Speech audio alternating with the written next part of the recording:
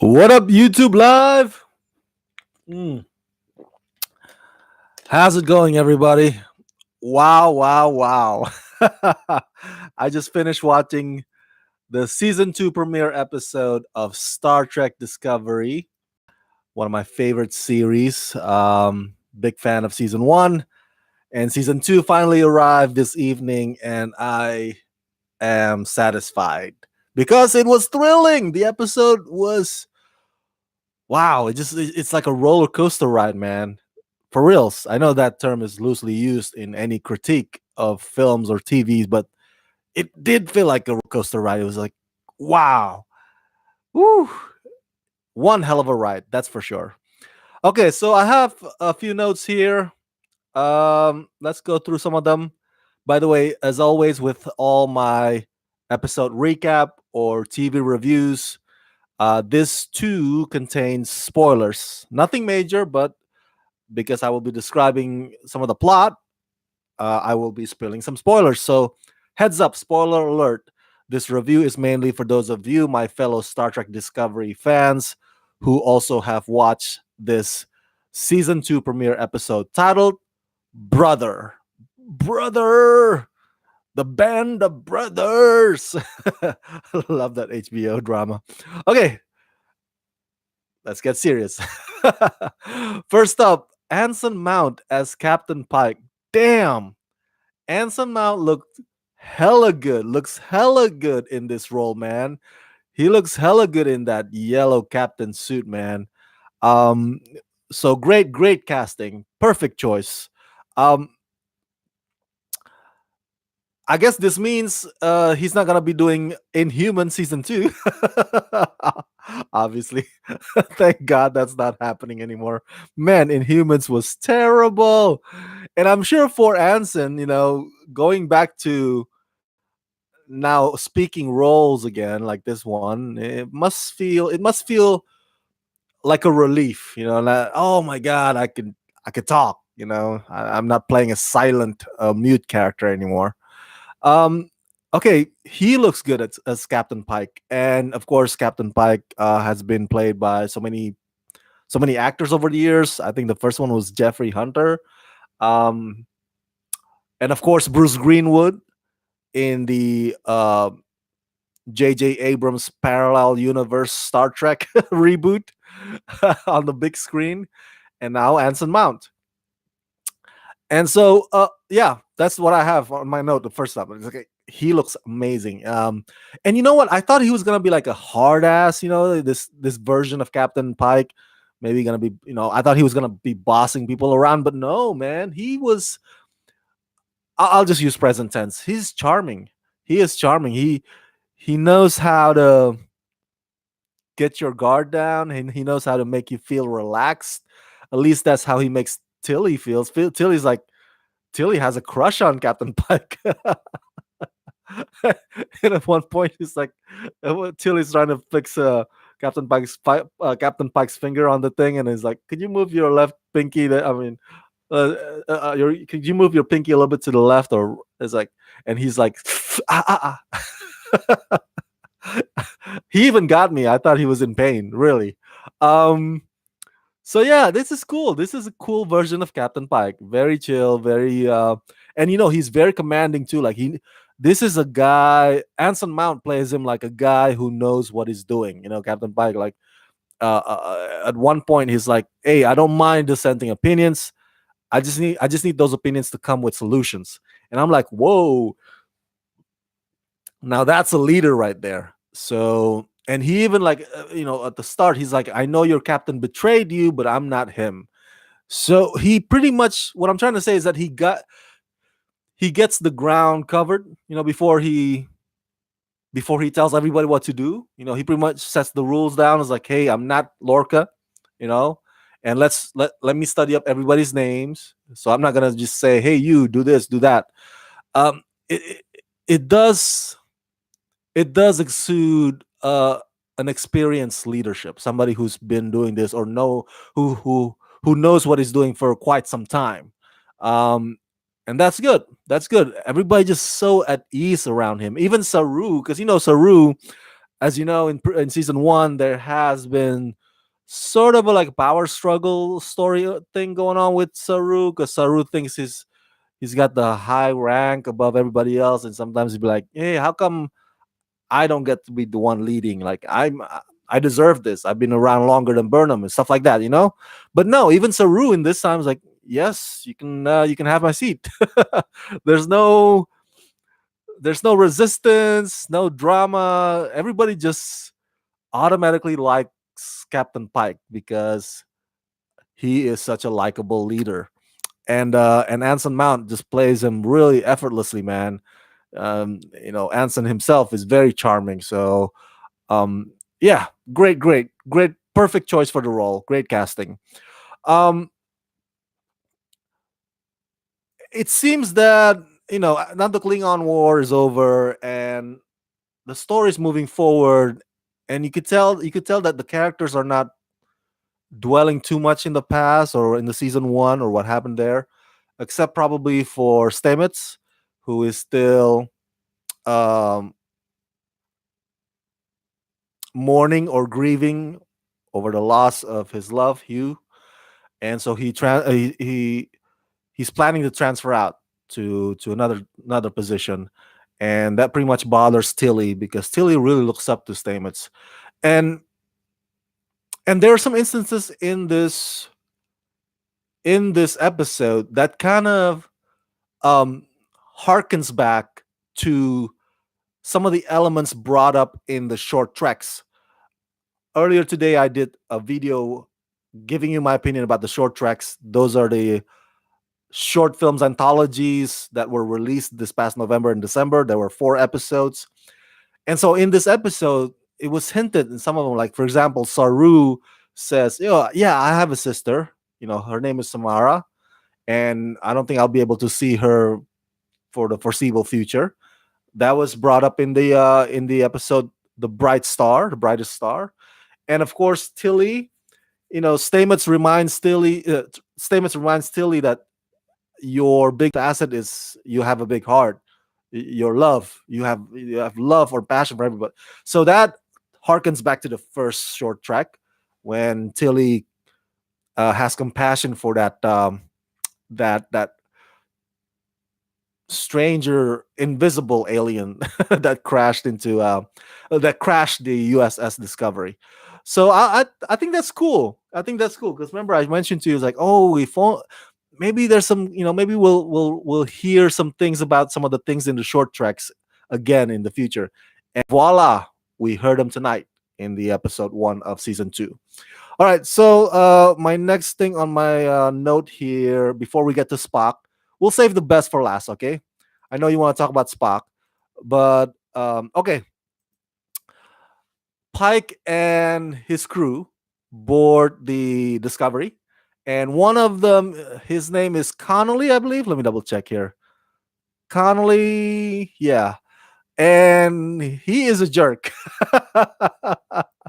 The guy is he thinks he's all that, and you could tell from the beginning that he's not gonna last. It's like it's so predictable, like, yeah, as if you just get a sense like the writers create this jerk just so they can have a reason to kill off somebody.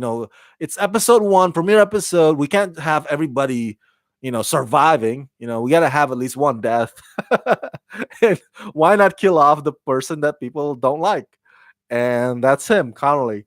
Um, yeah, there's a scene where they're trying to fly through the asteroid debris, and Connolly's like, I don't want to take, I don't want to take leadership from Burnham because Burnham was like guiding everybody. Burnham's like, hey, Connolly, go do this, go. I forgot what the exact order was. Like, good. And then Connolly pulls a rank on Burnham. Connolly pulls an education on Burnham. He's like, hey, I graduate from this, and shit. And you have those kinds of people in your life, right? People who like they're so high and mighty, they don't want to take suggestions or advice because they think that they're all that and they got it down. That's Connolly. And nobody likes a Connolly, okay? So I have that on my note. I'm like, that is very amusing that the writer's like, you know what? Let's kill somebody like that in this one, in this premiere episode, just because, of course, nobody likes a Connolly. Um, okay, let's see what my okay. So before we get to Spock, that rescue that Burnham did. Let me just use present tense. I hate it when I mix past tense with present tense. So Burnham saves Captain Pike, right? In that whole sequence through the asteroid debris, and that whole scene, man, was it's so, like I said earlier, it's such a hell of a ride. It's so thrilling.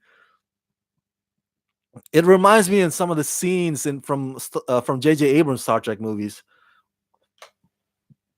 And there's a moment when I'm like, I don't know if they can pull it off. You know, even the ladies commanding the Discovery, driving the ship, they're looking at each other. It's like, I don't know if we can pull this off. So that really gets like, I was really fixed on the screen. I was like, whoa, you have to have the right exact timing to actually get him, Burnham, and she did. She did. Um, so the USS Hiawatha. I can't pronounce I'm terrible at pronouncing names. Gets stranded on that asteroid, and they're there to rescue the crews there. And voila, one of them is played by one of my favorite writers, directors, and actors. I think she has directed before. I'm talking about Tig Notaro. Is it Notaro? Notaro? Ah, well, we'll call her Tig. She's fantastic. I've seen her in a lot of movies and a lot of TV shows, and she's written stuff as well. And I think recently she was in Instant Family, and she cameos in this one as Jet Reno, an engineer who apparently is keeping the rest of the crew alive, and that's awesome. And it's just fun to see familiar face, not too big of an not too big of an A-star list. Just because Stig is famous enough, but she's not like Brad Pitt famous, right? But it's nice to see a familiar face as a premiere in the premiere episode of the season, and I think she does fantastic in this one. Um, let's see what else do I have on my note here. Oh yeah, that scene when freaking Burnham uh runs like Forrest Gump, tries to run like hell, bat out of hell, through the USS ship collapsing on itself, right?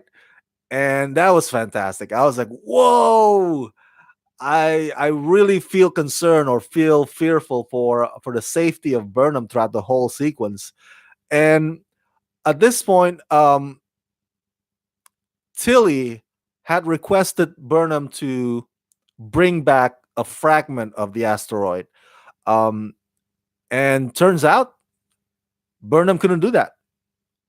She held the piece in her hand, but when they transported, the piece didn't beam back with them.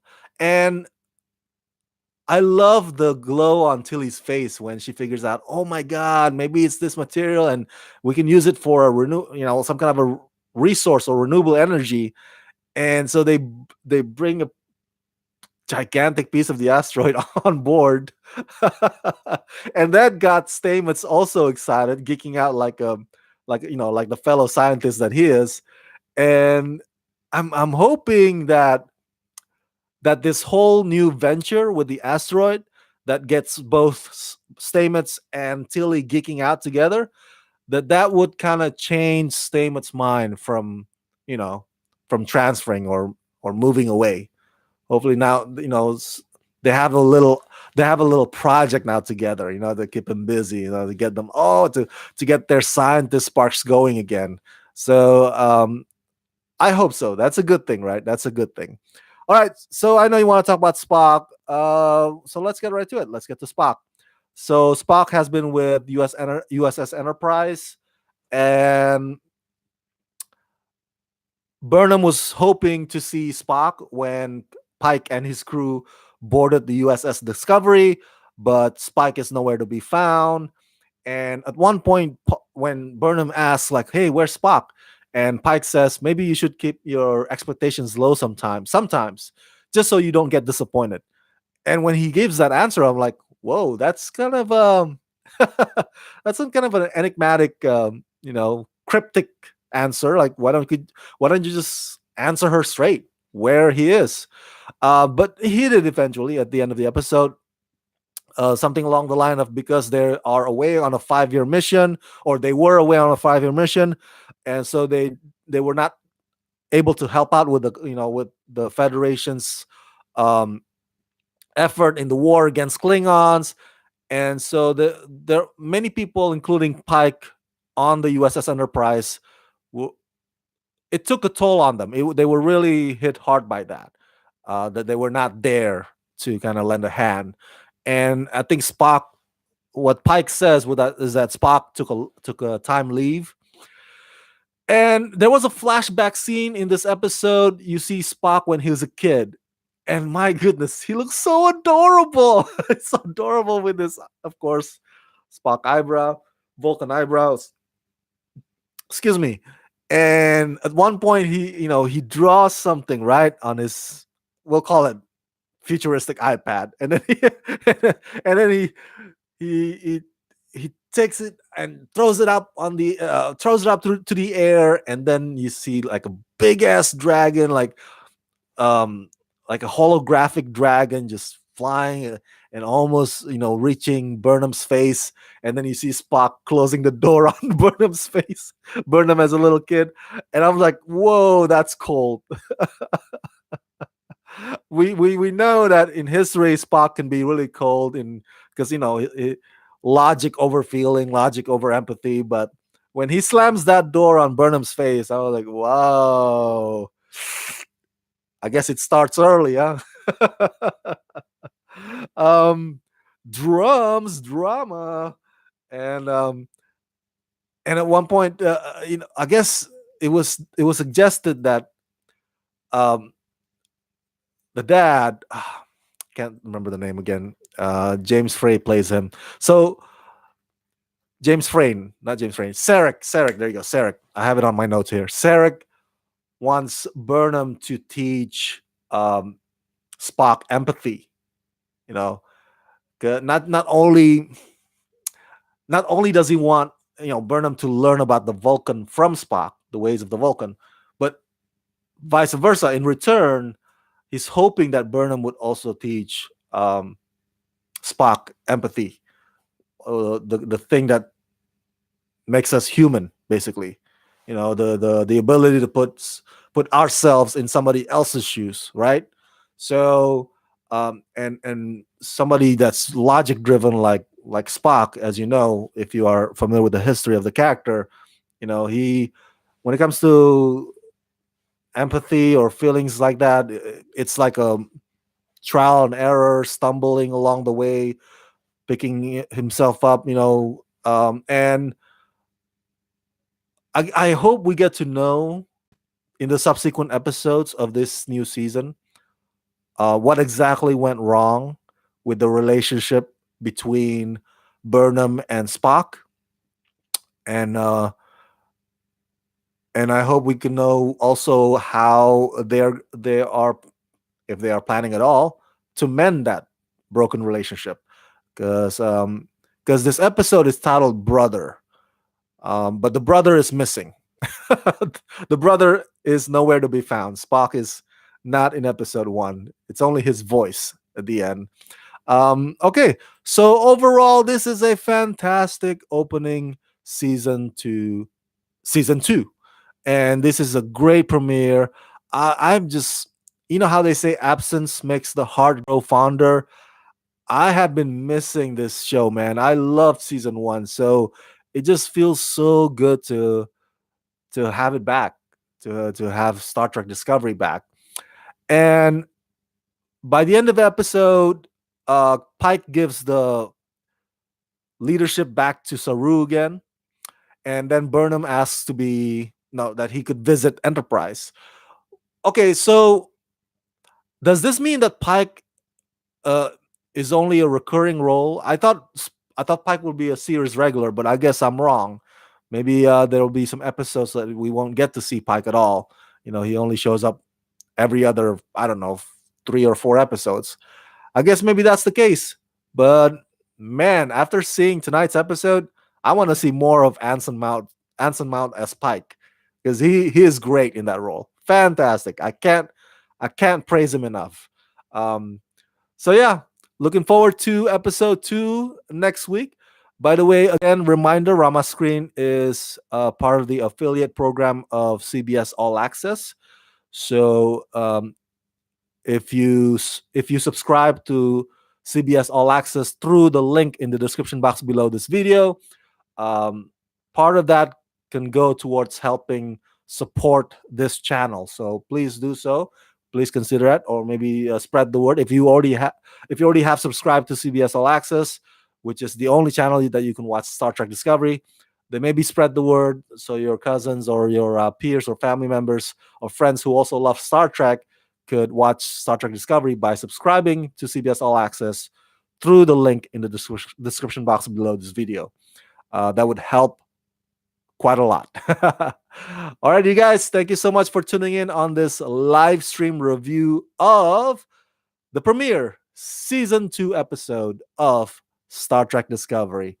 As always, subscribe to this channel, press that like button, ring that bell, share this video, and help support on a monthly basis at patreon.com/ramascreen. Let's rock this.